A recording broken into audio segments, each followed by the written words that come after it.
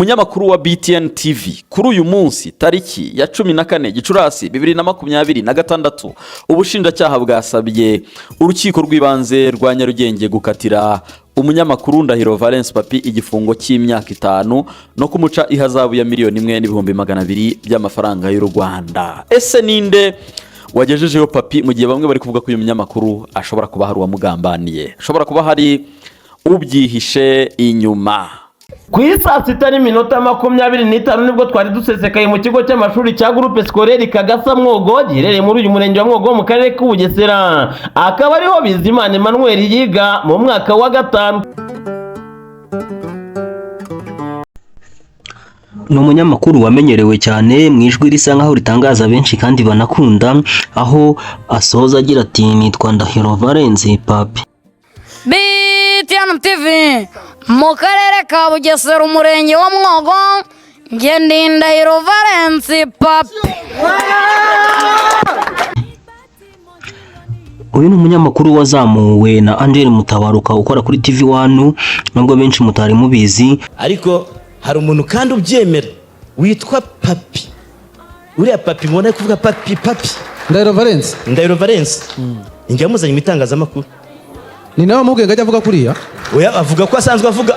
Uyu munyamakuru rwose akaba akunzwe cyane dore ko akorera Big Television Network cyangwa se BTN TV, rwose ku nkuru zicukumbuye abakora.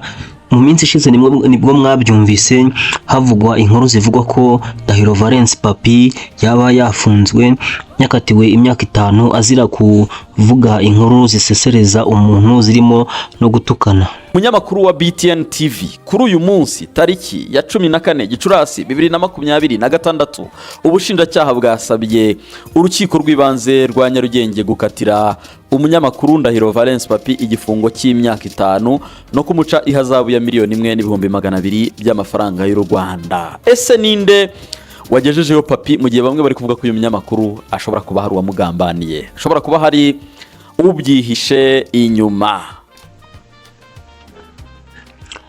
Rwose ku makuru dufite ubu ngubu nuko uyu Ndahiro Valens Papi ibivugwa ari ibihuha adafunzwe, cyangwa mwabonye na video yashize kuri channel ye yitwa Papi TV anyomoza ibyo barimo bavuga bamubeshyera bamwanga bavuga ko afunzwe, kandi uyu Ndahiro Valens Papi adafunzwe. Uyu Ndahiro Valens Papi amakuru haravuga ko yaba ari mu rukiko aburana icyaha cyo gukora inkuru iserereza umuntu cyangwa se ituka umuntu cyangwa se imuharabika, akaba ngo yaba yarakatiwe n'imyaka 5 ndetse n'ihazabu ya miliyoni 1,200,000 nkuko amakuru cyangwa se ibitangazamakuru bimwe byagiye bibivuga birimo na Isimbi TV ya Murongi Sabe. Uyu Ndahiro Valens Papi amakuru amuvugwaho ndagira ngo mbamenyeshe ko aya makuru atari yo kugeza ubu ngubu gusa. Icyavugwa cyo nuko arimo akurikiranwa n'inkiko kuri iki cyaha yaba yarakoze cyo gukora inkuru cyangwa se cyo kuvuga inkuru ziserereza abantu cyangwa se zisesereza abantu zirimo gutukana no guharabikana, uko ibinyamakuru bimwe byagiye bitangaza.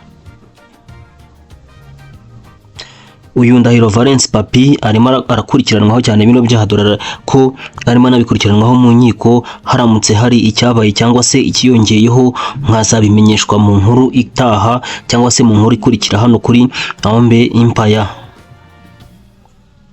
Ndakwinginze rwose wowe ntiza umunota umwe, ntiza amatwi nushaka wumveho umunota umwe, kuko ibyo urumva birakugirira akamaro rwose. Ntuhite urenga iyi video wumve iby'iyi nkuru ya Ndahiro Valens Papi.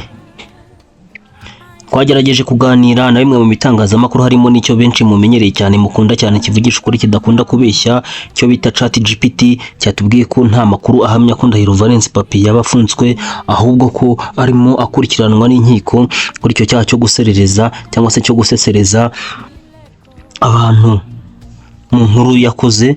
Uyu Ndahiro Valens Papi bikaba bivugwa ko yaba yarasabiye gufungwa imyaka 5 ndetse agacibwa n'ihazabu ya miliyoni 1,200,000 nkuko bitangazwa. Iyi ni Ambe Empire, komeza udukurikirane, turajya tubakurikiranira andi makuru agezweho. Mujye mukomeza mudukunde cyane, naho Ndahiro Valens Papi ntabwo afunzwe. Murakoze cyane.